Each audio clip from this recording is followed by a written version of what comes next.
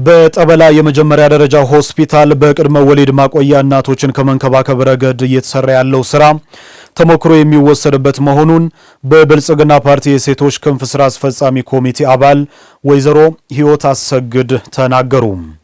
ከእናቶች ማቆያ ጋር ተያይዞ በጠበላ የመጀመሪያ ደረጃ ሆስፒታል የታየውን አፈጻጸም በሌሎች የዞኑ አካባቢዎችን ማስፋፋት ያስፈልጋል ያሉት ደግሞ የደቡብ ኢትዮጵያ ክልል ብልጽግና ፓርቲ ሴቶች ክንፍ ጽሕፈት ቤት ኃላፊ ወይዘሮ እህቴነሽ በየነ ናቸው። የወላይታ ዞን ሴቶች ክንፍ አባላት ከደቡብ ኢትዮጵያ ክልልና ከፌዴራል ከተውጣጡ እንግዶች ጋር በጠበላ የመጀመሪያ ደረጃ ሆስፒታል ጉብኝት አካሂደዋል። ማሩ ሞላ በዝርዝር ያስመለክተናል። ብልጽግና ፓርቲ በሁለተኛ መደበኛ ጉባኤው ባስተላለፋቸው ውሳኔዎችና አቅጣጫዎች ዙሪያ የወላይታ ዞን የሴቶች ክንፍ አባላት የምክክር መድረክ በወላይታ ሶዶ ከተማ ማካሄዳቸው ሲታወስ የዚሁ መርሃ ግብር አካል የሆነ ጉብኝት በእናቶች ቅድመ ማቆያ ላይ ይበል የሚያሰኝ ተግባር ፈጽሟል በተባለው የጠበላ የመጀመሪያ ደረጃ ሆስፒታል ላይ ተካሂዷል። ይህን ሁሉ ቻሌንጅ ተቋቁሞ እናትን ለማዳን ሁሉ ነገሯን ችሎ እዚህ እንድትታከም እዚህ ጤነኛ ልጅ እንድትወልድ ራሷም ጤነኛ እንድትሆን ያደረጋችሁ ያላችሁት ከኛ ምስጋና በላይ ደግሞ የፈጣሪ ነው የሚበልጠውና ፈጣሪ ይክፈላችሁ። ትውልድን ለማስቀጠል የምትመጣ እናት በቂ ሰርቪስ አለማግኘት፣ ጽዱ ቦታዎች ላይ ያለ መቀመጥ፣ አስጨናቂ ኢንቫይሮንመንት ላይ መሆን እጅግ በጣም ፔንፉል ነው ስላለፍኩበት ማለት ነው። ያንን የፈታ ጤና ተቋም ነው ያየሁት። የብልጽግና ፓርቲ የሴቶች ክንፍ ጽሕፈት ቤት ከብልጽግና ፓርቲ ጽሕፈት ቤትና ከሌሎች ባለድርሻ አካላት ጋር በመቀናጀት በተለይም ለእናቶች ከህብረተሰብ የገንዘብና የቁሳቁስ ድጋፍ የሰበሰበበት መንገድ በወላይታ ዞን በሚገኙት ከ70 በላይ የመንግስት ጤና ተቋማት እንዲቀጥል ይደረጋልም ተብሏል። አጠቃላይ በዞናችን ወደ 70 ከ70 የሚበልጡ ጤና ጣቢያዎችና ሆስፒታሎች አሉ። በነዛ በሁሉም የጤና ተቋማት መኖ የማሟላት ግብዓት የማሰባሰብ ስራ ከሴቶች ክንፍ ጋር እንደ ወላይታ ዞን ብልጽግና ፓርቲ ሴቶች ክንፍ ንቅናቄውን ጀምረን ጠበላ ከተማ በራሱ ኢኒሼቲቭን ወስዶ አጠቃላይ ወደ ህዝብ ውስጥ ገብቶ ከክብሪት ጀምሮ ያሉ ጉዳዮችን ሙሉ ለአንዲት ወላድ እናት የሚያስፈልግ እስከ ቅቤ እንቁላል የተመጣጠኑ ምግቦችን ጭምር ሙሉ ግብዓት የማሰባሰብ ስራ ሰርተው ያንን የዚህ ወር ማስጀመሪያ ወይንም ለእናቶች የማስረከቢያ ቀን ነው ዛሬ የጠበላ ማለት ነው። በፓርቲ መሪነት የጀመርነውን ስራ በተመሳሳይ ሁኔታ ደግሞ ከዞኑ መድረክ መነሻ ጠበላ ከተማ ላይ መድረክ ተፈጥሮ በሴቶች ክንፍ አስተባባሪነት ከሆስፒታሉ ጋር በመቀናጀት ህብረተሰቡ ጋር ተወርዶ የተሰበሰቡ ግብአቶችን አሁን ለወለዱ እናቶች ማቆያ ላይ የተዘጋጀውን አይተናል። ይሄንን ስራ የማስቀጠሉ ስራ ደግሞ ከኛ ይጠበቃል። የእናቶችን ሞት ለመቀነስ አምቡላንሶች የእናቶችና የህፃናትን ጉዳይ ብቻ እንዲሰሩ ይደረጋል የተባለ ሲሆን የእናቶችን ሞት ለመቀነስ በቅድመ ማቆያ ስፍራዎች አስፈላጊ ነገሮች ሁሉ ተሟልተውላቸው ክትትል እያደረጉ የቆዩት የጠበላ የመጀመሪያ ደረጃ ሆስፒታል ሰራተኞች ለእናቶች ደማቸውን ከመለገስም አልቦዘኑም። በአስተባባሪ ኮሚቴ በኩል የሚወርዱ የተለያዩ ኢኒሼቲቮችን ወስደን ወደ ታች የምናወርድበት ከአምቡላንስ አጠቃቀም ጋር ተያይዞ ለእናቶች አገልግሎት ብቻ እንዲውል የማድረግ ስራ፣ ስልክ ቁጥር የሾፌር ስልክ ቁጥር በተገቢው እናቶቹ ጋር መረጃ እንዲኖር የማድረግ ስራ ግንዛቤ እየፈጠርን መተናል።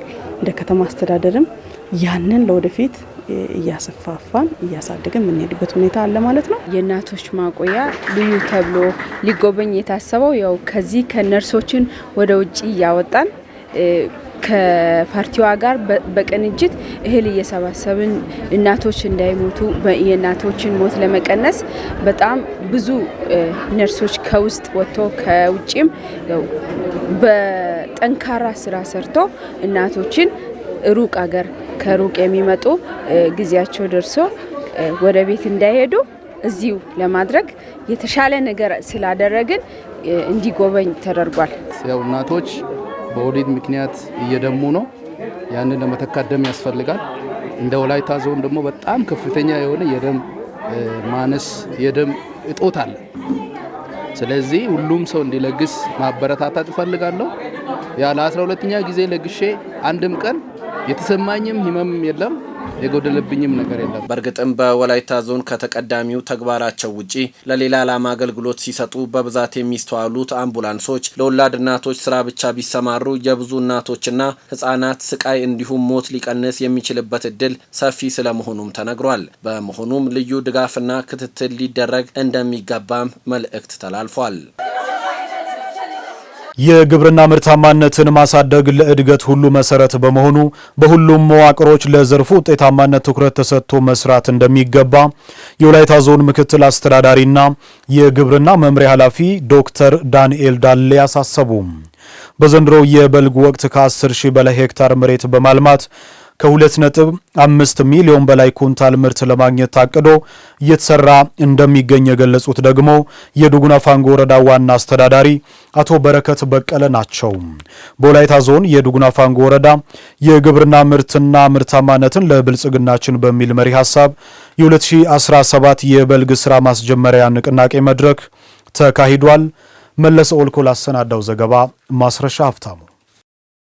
የግብርና ምርት ለተጠቃሚው ምግብ ለአምራች ደግሞ የፋብሪካ ግብዓት በመሆን ለሀገር እድገት የላቀ ድርሻ የሚወጣ መሆኑ ይታወቃል። በመሆኑም መንግስት በበልግና በመኸር ወቅት እንዲሁም በበጋ መስኖ ልማት ልዩ ትኩረት በመስጠት ለዘርፉ ውጤታማነት በትኩረት እየሰራ የሚገኝ ሲሆን በወላይታ ዞን የዱጉና ፋንጎ ወረዳም የግብርና ምርትና ምርታማነት ለብልጽግናችን በሚል መሪ ቃል የ2017 የበልግ ስራ ማስጀመሪያ የንቅናቄ መድረክ አካሂዷል። በመድረኩ የተገኙት የወላይታ ዞን ምክትል አስተዳዳሪ ና የግብርና መምሪያ ኃላፊ ዶክተር ዳንኤል ዳሌ ግብርና የህልውና ጉዳይ ነው ሲሉ መልእክታቸውን አስተላልፈዋል። ግብርና የህልውና ጉዳይ ነው። ግብርናን ማዘመን፣ ግብርናን ውጤታማ ማድረግ ባይ ዲፎልት ሌሎቹንም ውጤታማ ማድረግ ነው። ምክንያቱም ለኢንዱስትሪ ግብርና ከሌለ ኢንዱስትሪ ሊቆም አይችልም። አገልግሎት ግብርና ከሌለ አገልግሎት ሊሰጥ አይችልም።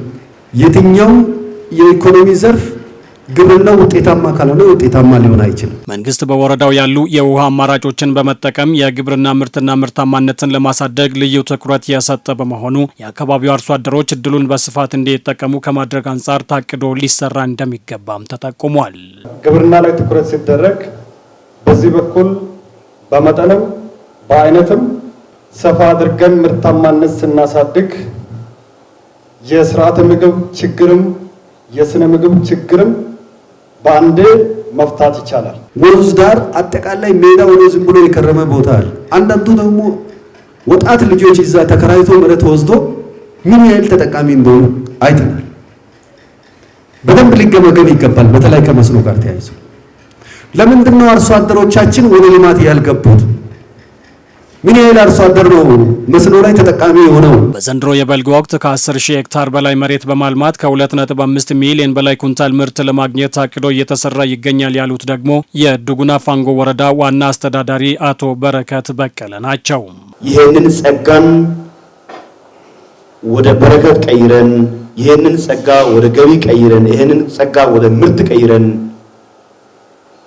ካለንበት ከድህነት ወጥተን ድህነትን ተረት ለማድረግ የሁላችንም ርብርብ የሚጠይቅ መሆኑ ይታወቃል። ዛሬ የምናካሂደው የበልግ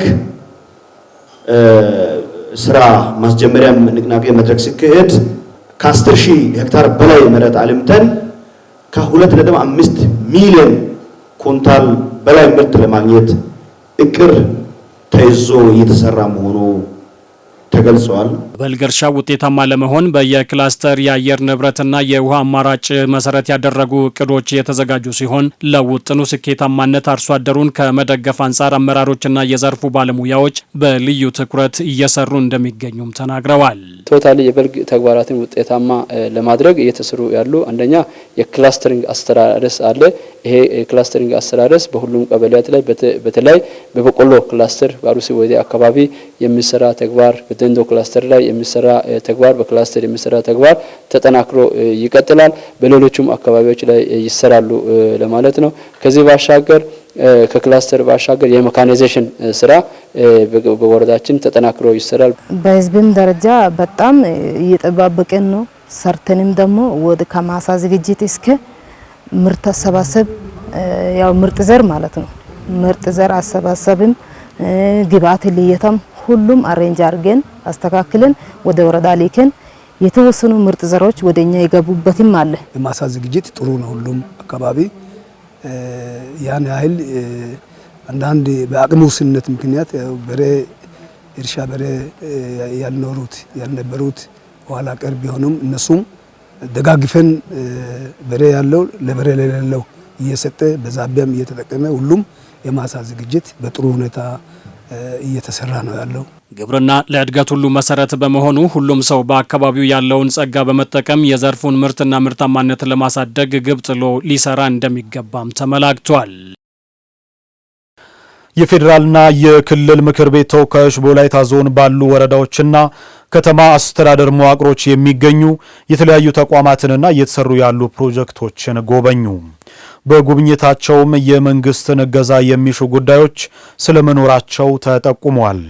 ከህዝቡ የሚነሱ ጥያቄዎች ምላሽ እንዲያገኙ የሚመለከታቸው አካላት የበኩላቸውን ድርሻ መወጣት እንዳለባቸው የህዝብ ተወካዮቹ ተናግረዋል።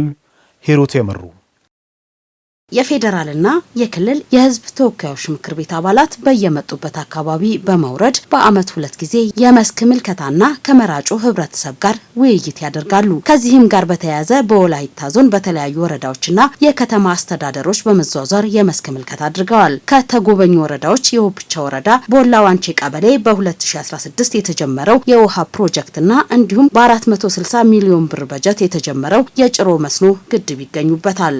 ይሄ ፕሮጀክት ከጀመረ በኋላ የነበረው ስሜት ገባ ብለን ኢንተርቪው ብናደርግ በጣም ያሳዝን።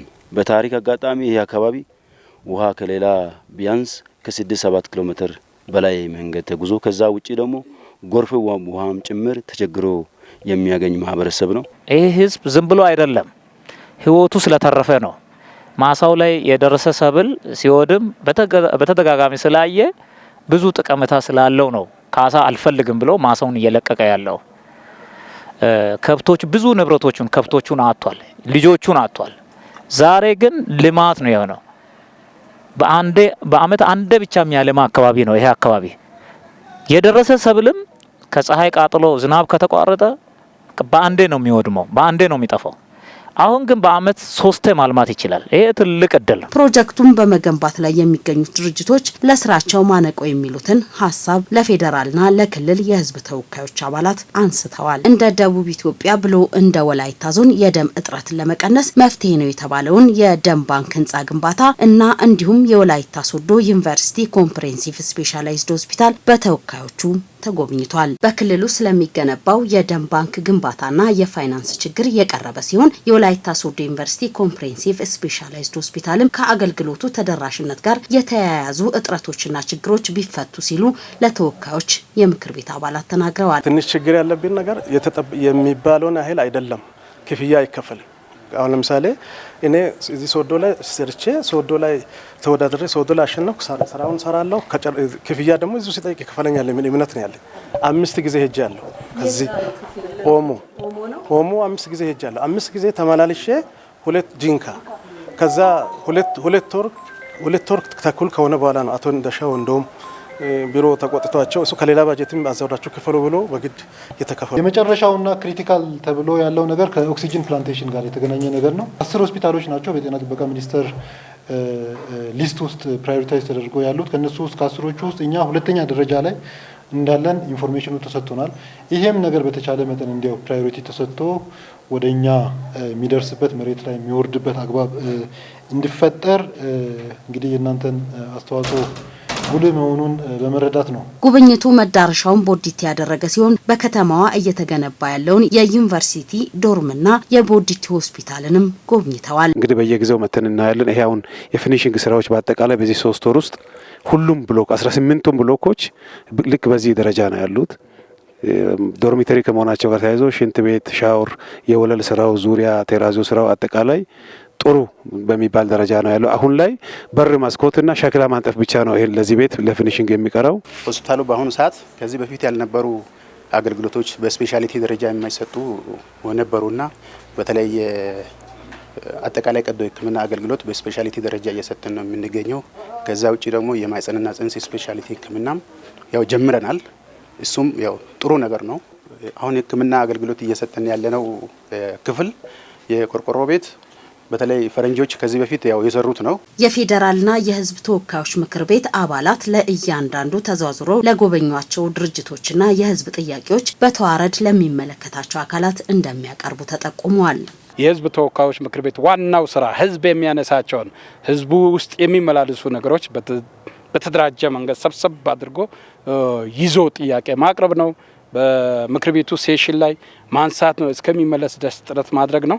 መንግስት ቅድሚያ መስጠት ያለባቸውን ቅድሚያ እየሰጠ በበጀት መደገፍ ያለባቸው ጉዳዮች እየደገፈ በመካከለኛ ጊዜ በረጅም ጊዜ መፈታት ያለበትን ጉዳዮች እየፈታ መሄድ አለበት። ስለዚህ መንግስትና ህዝብ እንደዚህ ተቀራርቦ መስራት ተገቢ ነው ብለን እናምናለን። በዚህ መንገድ ከሄድን ደግሞ ሀገራችን ትቀየራለች። ለውጥ ጉዞ ጀምረናል። ይሄ ጉዞ ረጅም ርቀት የሚያስገደድ ነው። ለልጆቻችንም ጭምር የበለጸገች ያደገች ኢትዮጵያን እውን ማድረግ አለብንና ከኛ የሚጠበቀውን ነገር እያንዳንዱ ዜጋ በከተምም በገጠርም ያለ የተማረውም ሌላውም የንግዱ ማህበረሰብም ከራሱ የሚጠበቀውን ጠጠር በቅንነት ለኢትዮጵያ ማኖር አለበትና እንደዚህ ሲሆን እናድጋለን፣ እንበለጽጋለን፣ ፈጣሪም ያግዘናል የሚል ሀሳብ ነው ያለው። ለዓመታት የቆዩ የልማትና የመልካም አስተዳደር ጥያቄዎች ዛሬም ተገቢውን ምላሽ አለማግኘታቸውን በወላይታ ዞን የዳሞት ወይዴ ወረዳ ነዋሪዎች ተናገሩ። በሚፈለገው ልክ ያልተፈጸሙ የህዝብ ጥያቄዎች አፋጣኝ ምላሽ እንዲያገኙ ከባለድርሻ አካላት ጋር እንደሚሰሩ የፌዴራልና የክልል የህዝብ ተወካዮች ምክር ቤት አባላት ገልጸዋል። የምክር ቤቶቹ አባላት በወረዳው 6ኛ ዙር 4ኛ ዓመት የውይይት መድረክ ተካሂዷል። አለማየሁ አልቶ በዝርዝር ያስመለክተናል። የፌዴራልና የክልል ምክር ቤት የህዝብ ተወካዮች ከመረጣቸው ህዝብ ጋር በአመት 2ቴ በልማትና በመልካም አስተዳደር ጥያቄዎች ዙሪያ ይመክራሉ። በዚህ መነሻ በዳሞት ወይዴ ወረዳ 6ኛ ዙር 4ኛ ዓመት የውይይት መድረክ ተካሂዷል። በወረዳው በሰላምና ጸጥታ፣ በመንገድና መሰል የመሰረተ ልማት መስኮች እየተሰሩ ያሉ ስራዎች ተስፋ ሰጪ ናቸው ያሉት የመድረኩ ተሳታፊዎች፣ ሆኖም ንጹህ የመጠጥ ውሃ ኢንቨስትመንትና መሰል የህዝብ የልማትና የመልካም አስተዳደር ጥያቄዎች ዛሬም ምላሽ ይሻሉ ባይ ናቸው። ሐኪም ቤቶችን ጎራ ብለ ተመልከት። አካባቢያችን የወባ በሽታ የሚያጠቃው አካባቢ ነው። ሆኖም መንግስት የሚልከው መድኃኒት በመንገድ ለግል መድኃኒት ቤቶች ተሽጦ ባዶ ካርቶን ነው ሆስፒታል የሚደርሰው። ይህንን ተከታተል።